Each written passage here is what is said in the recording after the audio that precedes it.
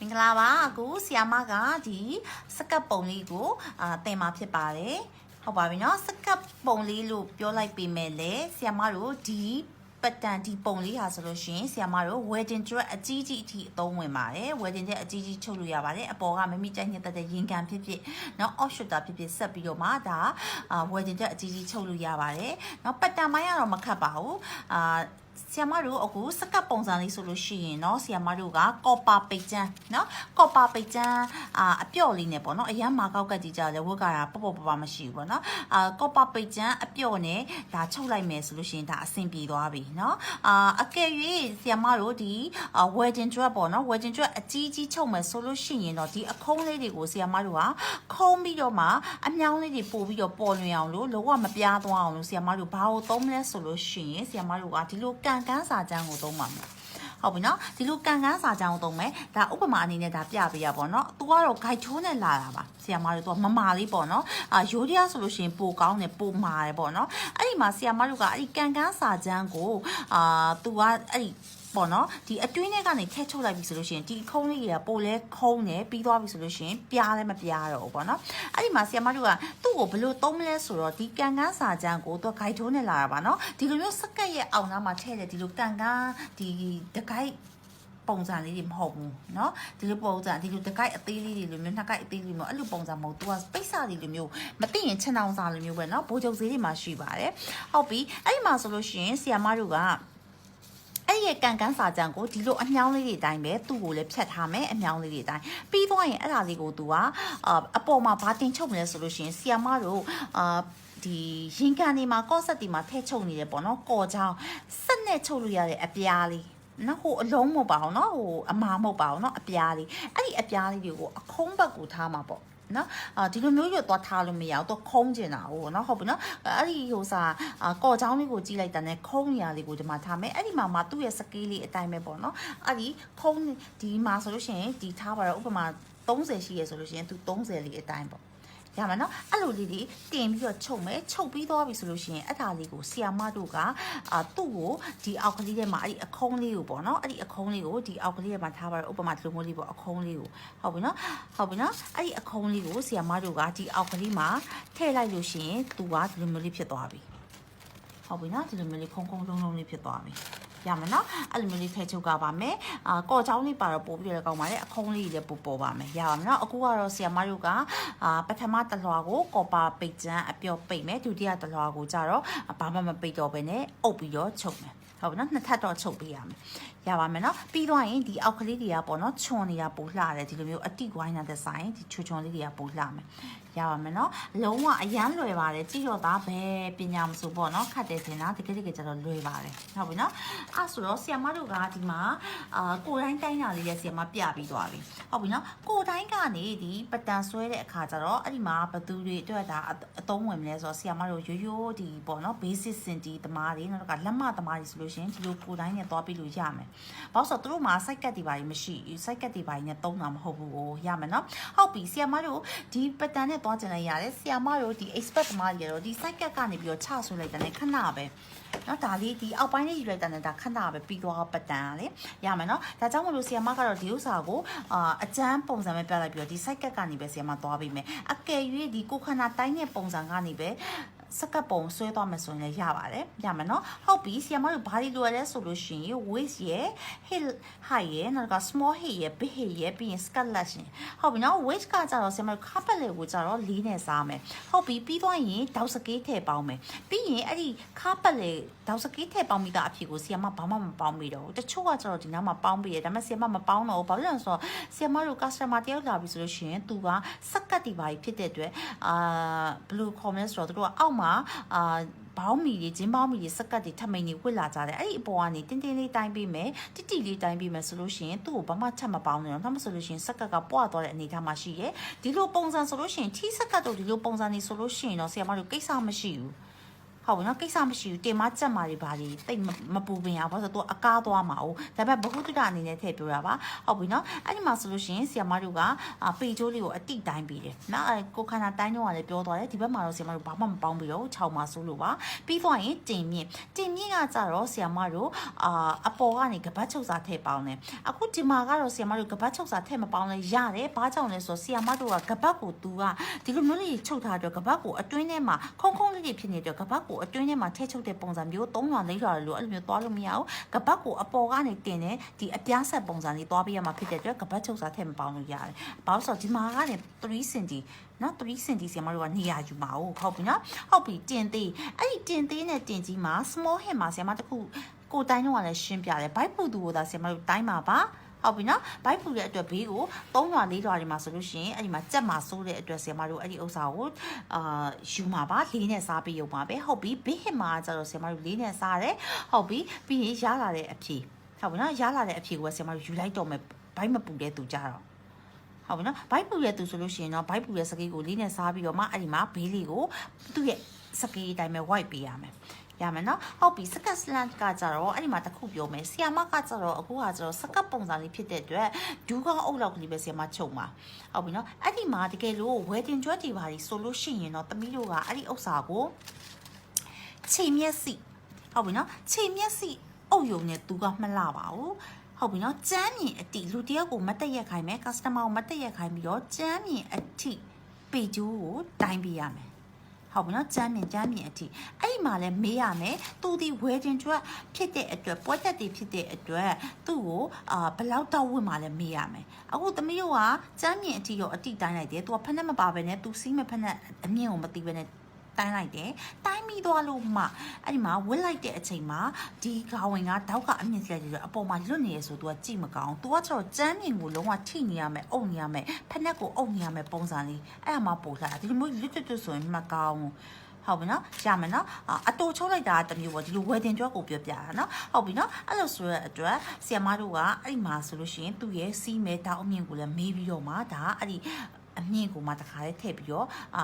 ဒီစက္ကပ်အရှိကိုဒီပတ်တန်ဆွဲရမှာဖြစ်ပါတယ်ရပါမယ်နော်ဟုတ်ပါပြီအဲ့ဒါဆိုတော့ဆီယမကတော့ဒီပုံစံလေးကိုကတော့နမူနာအနေနဲ့ပြောလိုက်မယ်ဆီယမကတော့စိုက်ကတ်နဲ့သွားမှာမဟုတ်လို့ရမယ်နော်ဟုတ်ပြီနော်အဲ့ဒီမှာသမီးတို့ကဘောင်တစ်ခုခတ်လိုက်တယ်ဆီယမတို့ကဒီမှာဟုတ်ပြီနော်အပေါ်ကနေပြီးတော့မှ3 cm ချလိုက်တယ်မင်းကြောင်ဆွဲလိုက်တယ်ဟုတ်ပြီအဲ့ဒီမှာခါပတ်လေကဘယ်လောက်ရှိလဲ22.5ခါပတ်လေမှတ်လိုက်တယ်ဟုတ်ပြီပြီးရင်တင်မြင့်ပြီးရင်စကတ်ရှိဟုတ်ပြီတင်မြင့်မှာကြတော့ဆီယမတို့ကဘေးဟစ်ကိုပဲယူမယ်ဟုတ်ပြီစမောဟစ်ကကြတော့ခါကနေတင်မြင့်ကိုတပွဲဝက်လိုက်တာကိုစမောဟစ်ဒါပေမဲ့ဘိုက်ပူသူမဟုတ်ရင်ဒီမြင်းဟာလုံးဝမလိုပါဘူးမလိုအပ်ပါဘူးဟုတ်ပြီ26.2မှတ်လိုက်ပြီဟုတ်ပြီ26.2ကိုအောက်ကဒီစကတ်ဒီအရှိကြီးယူလိုက်မယ်ဘာဖြစ်လို့လဲဆိုလို့ရှိရင်ဒီ26.2ကိုယူလိုက်မယ်ဘာလို့ဆိုလို့ရှိရင်ဒီမြင်းလေးတင်သားလေးဆွဲကြလို့ဟုတ်ပြီတင်မဟာဒီကြမှာနော်အခုဆီယမတို့ကထိတ်ကလေးစိုင်ပြီးတော့အလဲမှာဒီပတ်တန်ဆာရွက်တွေကိုအစားထိုးမှာဖြစ်တဲ့အတွက်ဒီနားတွေဆိုလို့ရှိရင်အဖြောင့်မဲ့သုံးပေးတာကိစ္စမရှိတော့အကယ်၍ဆီယမ3လွှာ4လွှာတွေဆိုလို့ရှိရင်တော့ဒီနားမှာဆိုလို့ရှိရင်တင်မဝိုင်းနေသူဆိုလို့ရှိရင်ဘယ်လိုဝိုင်းပေးပ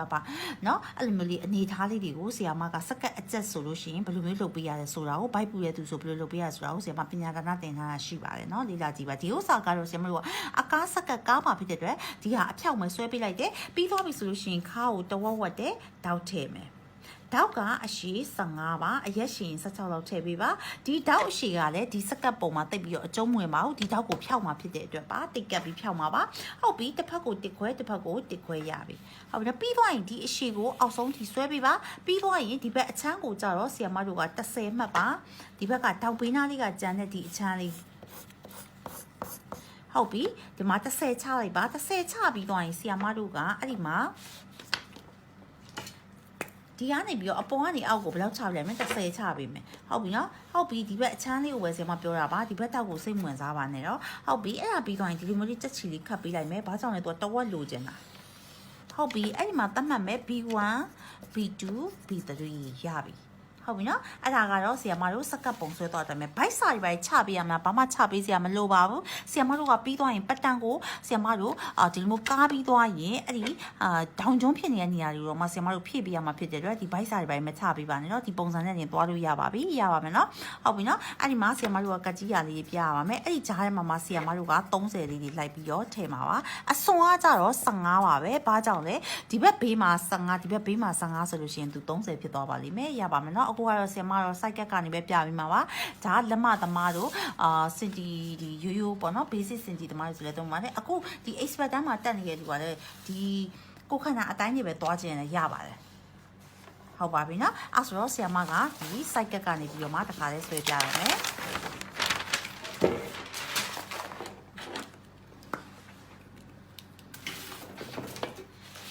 တခုပြောချင်တာကဆီယမတို့ကနောက်ချမ်းကိုဆွဲမယ်နောက်ချမ်းကိုဆွဲတဲ့အခါမှာပတ်တန်တီဆီယမတို့အခုဆွဲမယ်စက်ကပ်ပတ်တန်တီနောက်ချမ်းတစ်ချမ်းနဲ့လုံလောက်ပါတယ်ဘာကြောင့်လဲဆိုတော့ဆီယမတို့ကရှေ့ချမ်းနဲ့နောက်ချမ်းတီဒီသူကအတူတူပဲပြီးသွားရင်ဆီယမတို့က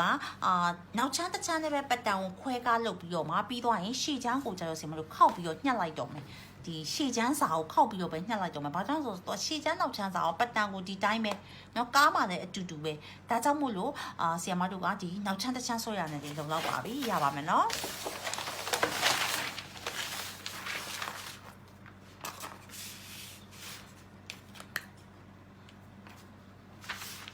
ဟုတ်ပြီဆီယမတို့ကအဲ့ဒီမှာဒီခါးကနေပြီးတော့မှဒီဥစ္စာကိုဆွဲလိုက်ပါမယ်။သူ့ရဲ့ frame လေးကိုဆွဲလိုက်ပါမယ်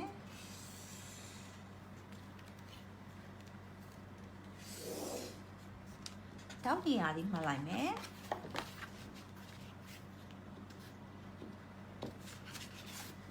ဟုတ်ပြီ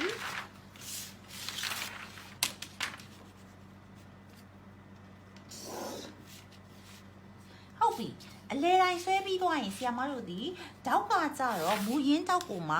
7တိုးမယ်မူရင်းတောက်ကိုဘယ်လောက်တိုးလိုက်မှလဲ7တိုးမယ်ဟုတ်ပြီနော်အဲ့ဒီမှာဒီဘဝတုဒ္ဒအနေနဲ့ပြောရမှာဆိုလို့ရှိရင်တော့ဒီကတော့ဆီယမတို့ကနောက်ချမ်းနော်နောက်ချမ်းဆိုလို့ရှိရင်တော့ဆီယမတို့ဒီစကတ်အကျက်တို့နော်ရေသူမစကတ်တို့နောက်တစ်ခါ evening gown တို့လို့ပေါ့နော်အကျက်တွေသွားမယ်ဆိုလို့ရှိရင်နောက်ချမ်းကတော့ကိစ္စမရှိဘူးတောက်ကိုဒီလိုပဲစားထုတ်တဲ့တောက်ပေါ့နော်သူထည့်တဲ့တောက်မဟုတ်ပဲねသူစားထုတ်ပြီဆိုလို့ရှိရင်လည်းကိစ္စမရှိဘူးသူတို့ဒီတိုင်းပဲသွားပြီဒီနားကိုစားစရာမလိုဘူးနောက်ချမ်းကကျတော့တင်မရှိရတဲ့ဒီနားမှာတောက်ဆောင်းလေးဖောင်းလေးကောင်းလေးအရှိချမ်းမှာကျတော့ဒီလိုမျိုးတောက်ထည့်မယ်ဆိုလို့ရှိရင်သတိထားရတော့မယ်ဟုတ်ပြီနော်ဒီနားလေးတွေကိုဆီယမတို့ရှေ့ချမ်းကတောက်ဆိုလို့ရှိရင်တောက်ကိုသေးပေးမယ်ဒီ site ကနေယူရဲသူများကိုပြောရပါရှေ့ချမ်းကနေဆိုလို့ရှိရင်တောက်ကိုသေးပေးမယ်ဘေးကနေပြီးတော့မှအကယ်၍ဒီမှာ3ဖြစ်နေရဆိုလို့ရှိရင်သူ့ကိုဒီဘက်ကို1.5လောက်ပဲထည့်ပေးမယ်ဒါမှမဟုတ်2 cm လောက်ပဲထည့်ပေးမယ်ပိုလာတဲ့ဟိုဘက် 0.5 ဒီဘက် 0.5 ပေါင်းချင်း1ကိုကျတော့ဒီဘက်ခါးပေးကိုစားထုတ်လိုက်မယ်ဒီလိုမျိုးဟိုတင်မြင့်အထိမစားထုတ်ပါဘူးเนาะဒီတောက်စကေးရှိတဲ့နေရာလေးပဲစောင်းစောင်းလေးစားထုတ်လိုက်မယ်ရမယ်နော်ဘာကြောင့်လဲလို့မေးရင်တောက်ကတအားဆောင်းနေတယ်ဟုတ်ပြီဒီနားမှာကျတော့ဒဲဆင်းသွားဆိုလို့ရှိရင်ဒီနားလေးမှာသူကဖောင်းဖောင်းလေးဖြစ်နေတယ်အဲ့ဒီအတွက်ရှေ့ချမ်းမှာဘာဖြစ်နေလဲလေကဖောင်းဖောင်းဖြစ်တတ်တယ်ကတ်မနေရမယ်နော်အကယ်၍ဖြတ်ထုတ်တဲ့တောက်ဆိုလို့ရှိရင်လည်းဒီနားကိုဖြေချပေးပါရပါမယ်နော်ဟုတ်ပြီဆီယမတို့ကစပြီးအောက်ကိုဆီယမကကြတော့60လောက်ပဲယူရမှာဖြစ်တဲ့အတွက်ဒီမှာမှတ်လိုက်ပြီရပါမယ်နော်ပြီးတော့ရင်အဲ့ဒီဥစ္စာကိုဆီယမတို့ဘာလုပ်ပေးမလဲဒဲဆွဲပေးမယ်ရမယ်နော်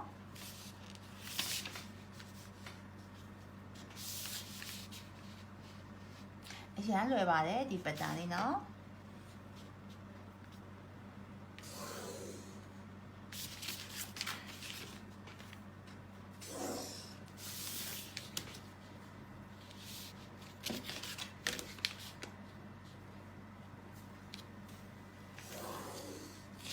ဟုတ်ပါပြီရပါပြီပြီးတော့ရင်တောက်အလေတိုင်းဥတိုင်းမြင့်ကိုအောက်ဆုံးထိဆွဲပါမယ်ပြီးတော့ရင်ဆော့ဆော့တုံးကဆီယာမ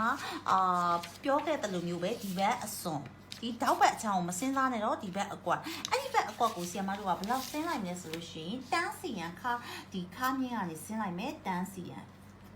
ဟုတ်ပြီနော်တန်းစီရန်ဆင်းပြီးသွားရင်အဲ့ဒါလေးကိုဆီယာမတို့ဘာလုပ်လိုက်လဲ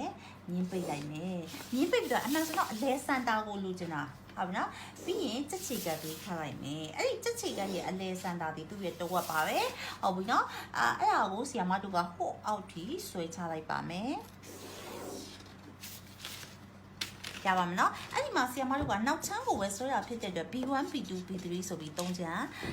မှတ်လိုက်ပါပြီဒီတောက်ကလေးကစားထုတ်မှာပါပြီးရင်ဆီယမတို့ဘာလေးပြထားမလဲကကြီးရလေးပြထားမယ်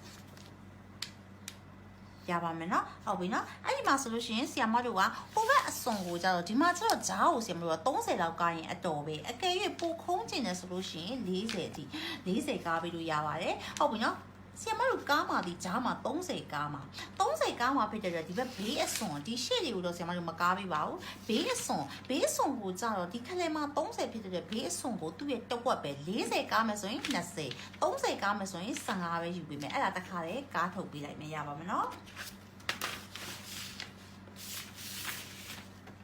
အရင်ဦးဆုံး15ကိုအရင်မှတ်ပေးလိုက်ပါမယ်အမှန်ဆိုရင်တော့ဒီဥစ္စာတွေကတော့ဂျားအစားထိုးရမှာသူ့မှာကတော့ပတ်တန်းပုံနေတဲ့အတွက်တခါတည်းပဲကားပေးလိုက်မယ်နောက်မှဆိုဆက်နေရမယ်ရပါမယ်နော်အတိမှာ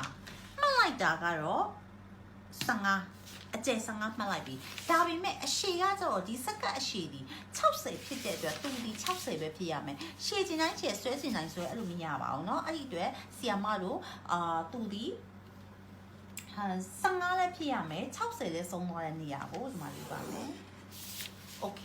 ဟုတ်နော်ဒီမှာ60ဆုံးသွားတယ်သူဒီဘယ်လောက်ရှိရမလဲဒီမှာ15ရှိရမယ်ကွက်တီဟုတ်ပြီအဲ့ဒါလေးကိုမှဆီယာမတို့ကဘာလုပ်ပေးမလဲဆိုလို့ရှိရင်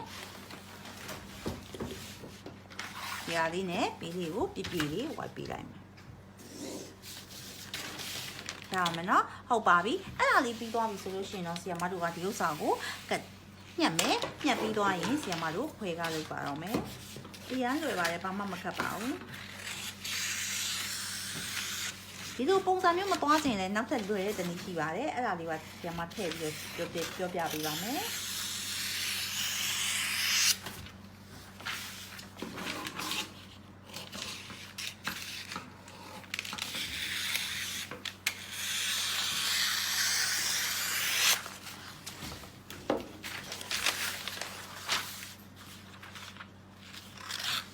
B1 B2 B3 တွေကိုအစိတ်တွေကိုစိတ်ပါမယ်ဒီတောက်ကိုဘာလုပ်မှာလဲခြောက်မယ်လို့ပြောထားပါတယ်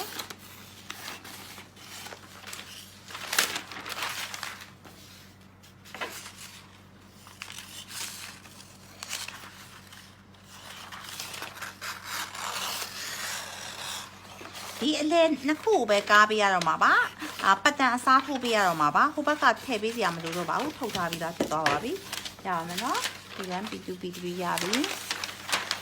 ဟုတ်ပြီနော်အဲ့ဒါလေးကိုဆီယမခွဲကားပြီးတော့မယ်အဲ့ဒီမှာကတော့ဆီယမပြောတယ်လို့ပြောနောက်ထပ်လွယ်တဲ့တနည်းရှိပါသေးတယ်အဲ့ဒါကတော့တခြားမဟုတ်ဘူးဆီယမတို့ခါပတ်လဲရှိမယ်ဟုတ်ပြီနော်ဆီယမတို့ဒီနားမှာပိတ်စရဲ့ဒီပတန်ရဲ့ဒီမှာခါပတ်လဲကိုအလဲဒါခါပတ်လဲနော်ခါပတ်လဲယူလိုက်တယ်အဝိုင်းပြီးသွားရင်သမီးတို့လိုချင်တဲ့အရှည်အဲ့ဒါဝိုင်းဟုတ်ပြီပြီးသွားရင်ဒီကခါပတ်လေကိုဆီယမတို့8စိတ်မှာဖြစ်တဲ့အတွက်8နဲ့စားမယ်6စိတ်မယ်ဆို6နဲ့စားမယ်ဟုတ်ပြီ8စိတ်လိုက်ပြီစားလိုက်တဲ့အဖြေတိုင်း8စိတ်လိုက်ပြီဟုတ်ပြီဒီအောက်ကိုလည်း8စိတ်မယ်အဲ့ဒါလေးတို့မှသမီးတို့ကလှမ်းပြီးတော့ဆွဲမယ်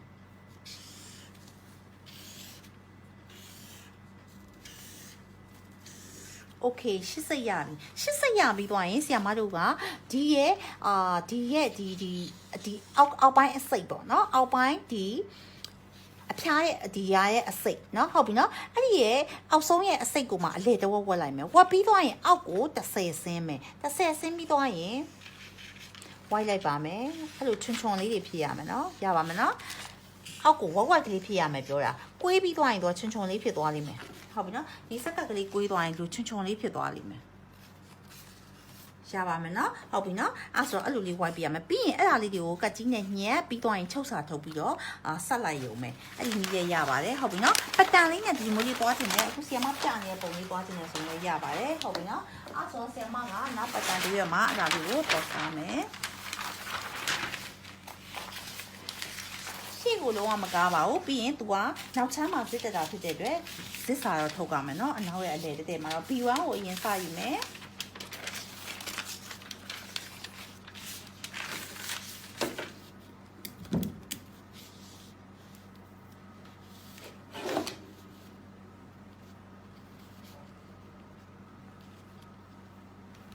တိတ်ကက်တဲ့အခါမှာဆီယမတို့ကိုဒေါင်းလိုက်ပဲကပ်ပါလို့ဆီယမအမြဲပြောပါတယ်ပြီးတော့ရင်အခုကတော့ဆီယမကတော့ဒီ audio file ရှိတော့မှာဆိုလို့ကြဲကြဲလေးကပ်ပေးလိုက်မယ်သမီးကိုအဲ့ဒီမှာပတ်တန်ကတ်တဲ့အခါကျရင်နော်စိတ်စိတ်လေးကပ်ပေးပါရမယ်နော်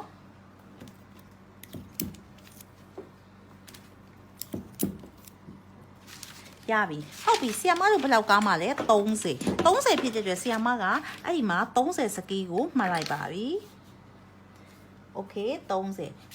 မှဆီယမကဒီရဟာလေထိတ်ကလေးကို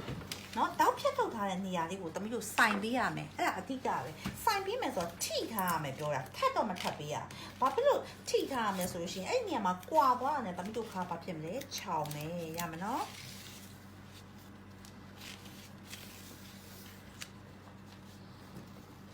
အကွာဝေးက30ဖြစ်ရမယ်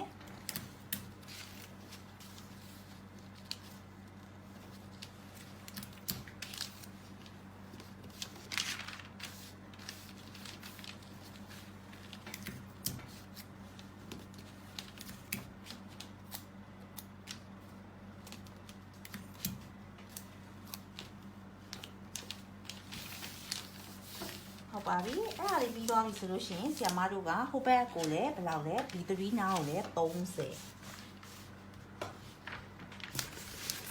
မှတ်လိုက်ပြီ B3 ကမယ်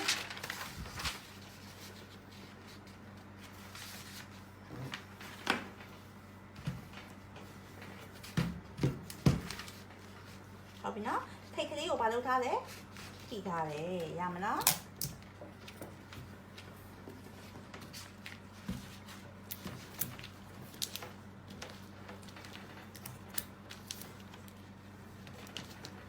ဆီယမတို့နောက်ချမ်းတစ်ချမ်းနဲ့ပဲလုပ်သွားရင်လုံလောက်ပါပြီနှစ်ချမ်းယူတော့ဒီလိုလိုက်ကားပေးစရာမလိုပါအောင်နော်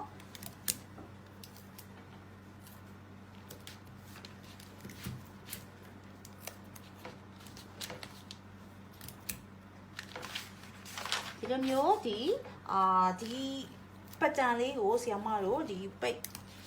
ဒီဝဲတင်တွဲပုံစံပိတ်အကောင်းစားနဲ့ဒီ accessory လေးတွေညညာလေးထည့်လိုက်မှဆိုလို့ရှရင်ဒါ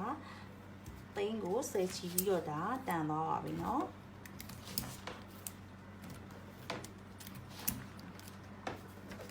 ဟုတ်ပါပြီအဲဆိုလို့ရှရင်ဆီယမတို့ဘယ်ပြရတာကားရမလို့တော့ဟုတ်ပြီအဲဆိုတော့ဆီယမတို့ဒီဥစ္စာတွေကိုညှက်တဲ့အခါမှာဆီယမတို့က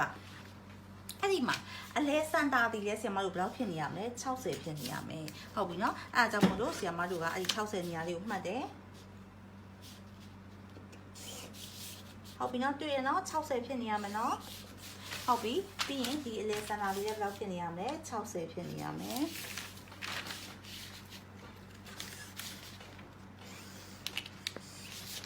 ဟုတ်ပြီအဲ့ဒါလေးပြသွားရင်ဆီယမတို့ညှက်ပါမယ်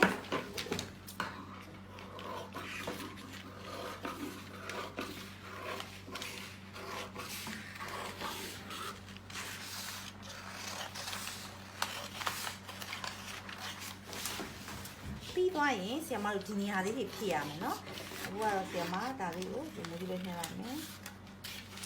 ဒီလိုနေရာတွေမှာတောင်ကျုံမဖြစ်ကြအောင်ဆီယမတို့ဘယ်လောက်စီဖြည့်ပေးရမလဲဆို1 cm စီဖြည့်ပေးရမယ်เนาะအဲ့ဒါမှဝိုင်းဝိုင်းလေးဖြစ်မှာပါခါမှာเนาะဒီနားလေးမှာဆိုရင်အခုအောက်တွေကိုခြိုင်ကြနေเนาะဒီမှာဆီယမတစ်ခါလေးပဲဖြည့်ပေးလိုက်တော့မယ်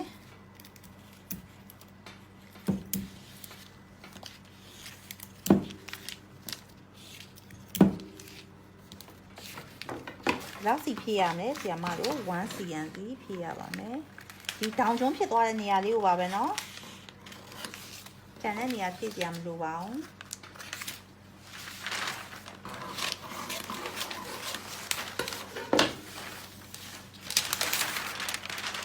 ဟုတ်ပါပြီအဲ့ဒါလေးပြီးသွားပြီဆိုလို့ရှိရင်ဆီယမတို့ကနောက်ချမ်းပတ်တန်ရပြီဟုတ်ပြီနော်ဆီယမတို့လိုချင်တာဒီလိုတစ်စိမ့်စာပဲမဟုတ်ဘူးနောက်ချမ်းတစ်စိမ့်စာပဲမဟုတ်ဘူးဟုတ်ပြီနော်ဆီယမတို့လိုချင်တာရှေ့ချမ်းတစ်စိမ့်စာနဲ့နောက်ချမ်းတစ်စိမ့်စာရဲ့ရှေ့ချမ်းတစ်စိမ့်စာရဲ့ပေါင်းပြီးတော့မှဆီယမတို့တချမ်းစာရမှာ哦တချမ်းစာရမှာဖြစ်လို့ဆီယမတို့လိုချင်တာတချမ်းစာဖြစ်တဲ့အတွက်နောက်ထပ်တစ်ရွက်ကိုကြတော့ဆီယမတို့တင်ပြီးတော့ပဲဘာဖြစ်လို့လဲမလဲထပ်ညှက်လိုက်တော့မယ်ရပါမယ်နော်ပတ်တန်ကြီးခွဲကားကြီးဘာမှလုပ်ပေးကြမလို့တော့ပါဘူး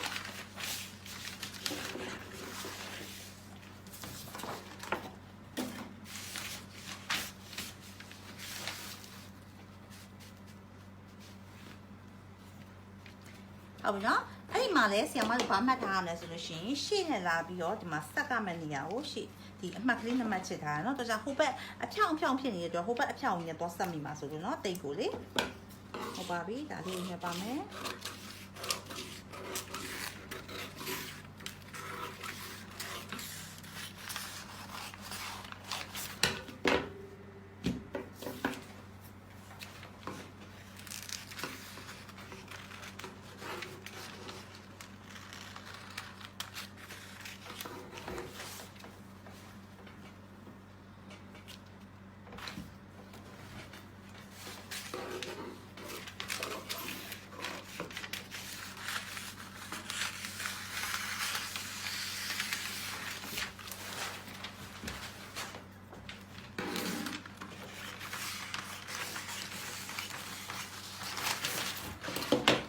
ရပါပြီဟုတ်ပြီနော်ဆီယမတို့ကအခုဒီဥစ္စာကတော့ဇစ်တက်မဲ့အချမ်းဟုတ်ပြီနော်ဇစ်တက်မဲ့အချမ်းဖြစ်တဲ့အတွက်ဆီယမတို့ကအဲ့ဒီနေရာကိုဟိုမဖြစ်တော့ဘူးဒီဟာဘေးနှစ်ခုကိုကတ်အောင်ရမယ်နော်အဲ့အတွက်ဇစ်တက်မဲ့အချမ်းဘက်ကိုစီးစိမ့်နေထားတဲ့အချမ်းဘက်ကိုမယူဘူးဒီဘက်ကဘေးနှစ်ဖက်ဘေးဘက်ကိုယူမယ်ဘေးဘက်ကိုတော့ကတ်အောင်ဟုတ်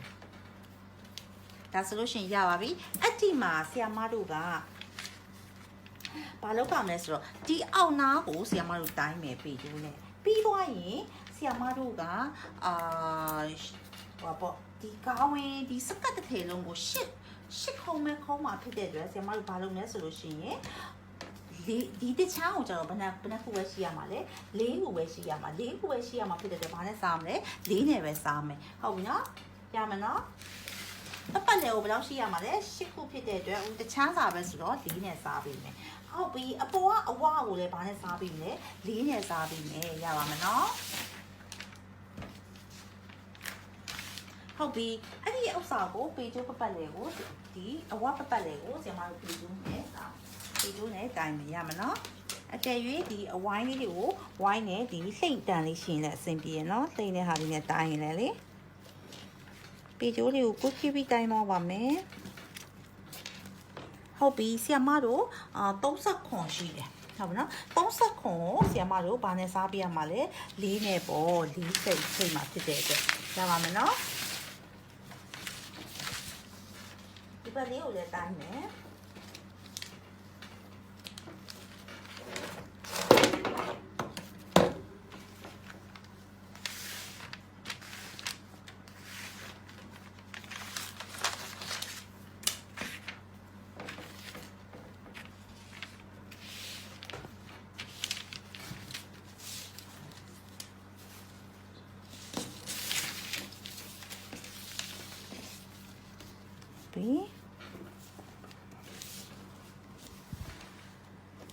ဟုတ်ပြီ150ဆိုဒီဥစ္စာကကြတော့200နဲ့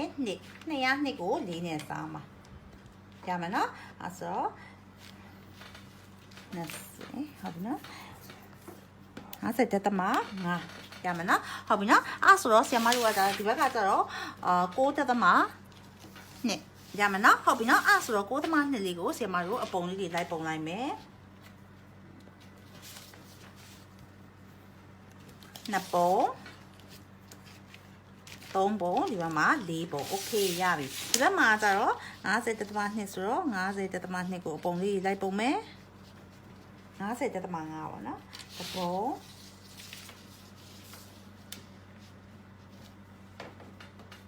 2ပုံ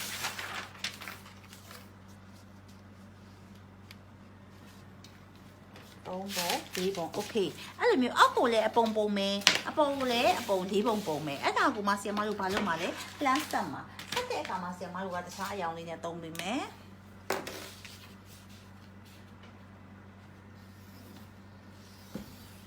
တဘော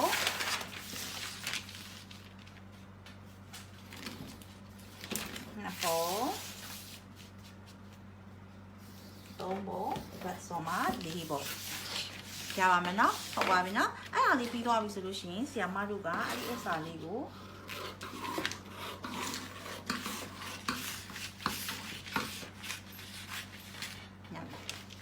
ဟုတ်ပြီနော်အဲ့ဒီဥစ္စာလေးပြီးဘယ်နှရွက်ဖြစ်ရမှာလဲဆို10ရွက်ဖြစ်ရမယ်တစ်ခုပဲတတိထားရမှာကဒီဂျားတွေထဲမှာဘာလုပ်ကြမလဲဂျားတွေထဲမှာဆီယမတို့က ချုပ်စာလေးထုတ်ဖို့မမေ့ပါနဲ့เนาะ1.5ချုပ်မှဆိုရင်1.5ပါအနောက်ကကျတော့နောက်ချမ်းမှာကျတော့ဘာမမေ့ရအောင်လဲဇစ်တက်ဖို့မမေ့ပါနဲ့ဟုတ်ပြီဒီဥစ္စာကကျတော့ဆီယမတို့ရှေ့ချမ်းဖြစ်တဲ့အတွက်ခောက်ကြောင်ရှေ့ချမ်းမှာကကျတော့ဇစ်စာမပါဘူးပြောတာ sorry เนาะခောက်ကြောင်မပါဘူးရှေ့ချမ်းမှာတော့ဇစ်စာမပါဘူးဘာလို့ကမှလဲ1.5ချုပ်မှဆိုရင်1.5ပါဟုတ်ပြီเนาะဒါကကျတော့1 2